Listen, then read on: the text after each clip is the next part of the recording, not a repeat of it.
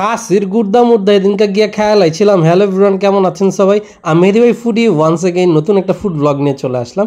আজকে একটু মন চাইলো ঢাকা ভাষায় কথা বলার চেষ্টা করতে। এনিওয়েজ, সেদিন আমরা অফিস শেষে বের হয়েছি, প্রায় 8টা বেজে গেছে, মানে অনেক লেট হয়ে গেছে, অনেক ক্লান্ত ছিলাম, অনেক ক্ষুধার্ত ছিলাম।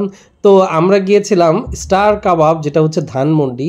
সেখানে গিয়ে অনেক মজার মজার আইটেম খেয়েছি। আর স্টার কাবাবে এই খাবার খেতে গিয়ে আমার কী অভিজ্ঞতা হয়েছে সেটা আজকে আপনাদের সাথে শেয়ার করছি। আমার সাথে আজকে ছিল আমার কলিগ মনির ভাই, একদম বরাবর যখন থাকে। তো আমি এখন যেটা খাচ্ছি এটা হচ্ছে মাটন শিক কাবাব। মাটন শিক কাবাবটা হচ্ছে মানে স্টার কাবাবের একটা অন্যতম আইটেম। এটা আমরা ভাগজাগ করে নিয়েছি, আমরা বেশ কয়েকটা আইটেম নিয়েছি। সাথে নিয়েছিলাম পরোটার দাম হচ্ছে 30 টাকা করে। আপনারা সবাই জানেন স্টার কাবাবের পরোটাগুলো একটু বড় হয়, মোটামুটি 1.5টা পরোটা হলেই খাওয়া হয়ে যায়। কেউ যদি বেশি খেতে পছন্দ করে তাহলে সে দুটোও খেতে পারবে।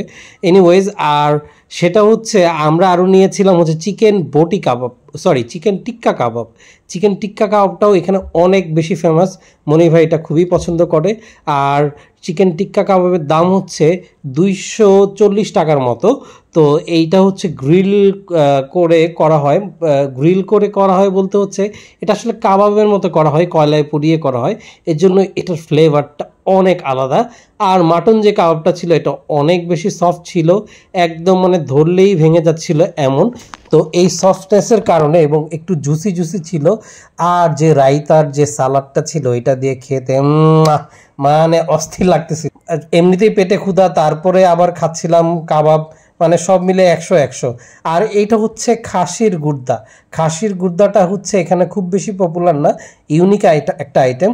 এই আইটেমটার দাম নিয়েছে 280 টাকা, এইটুকু আইটেম।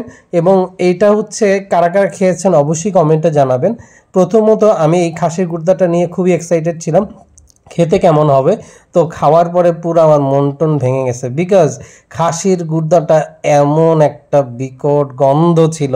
যারা খাসির গন্ধ নিতে পারেন না তারা কিন্তু এইটা মানে খাওয়াটা খুবই কষ্ট হয়ে যাবে।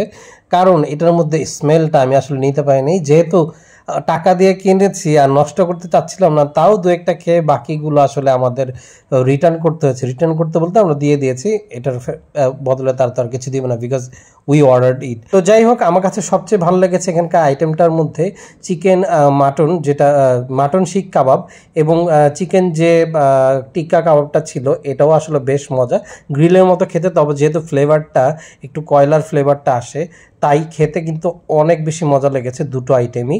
এবং তাদের যে স্পেশাল সালাডটা ছিল সেটাও দুর্দান্ত।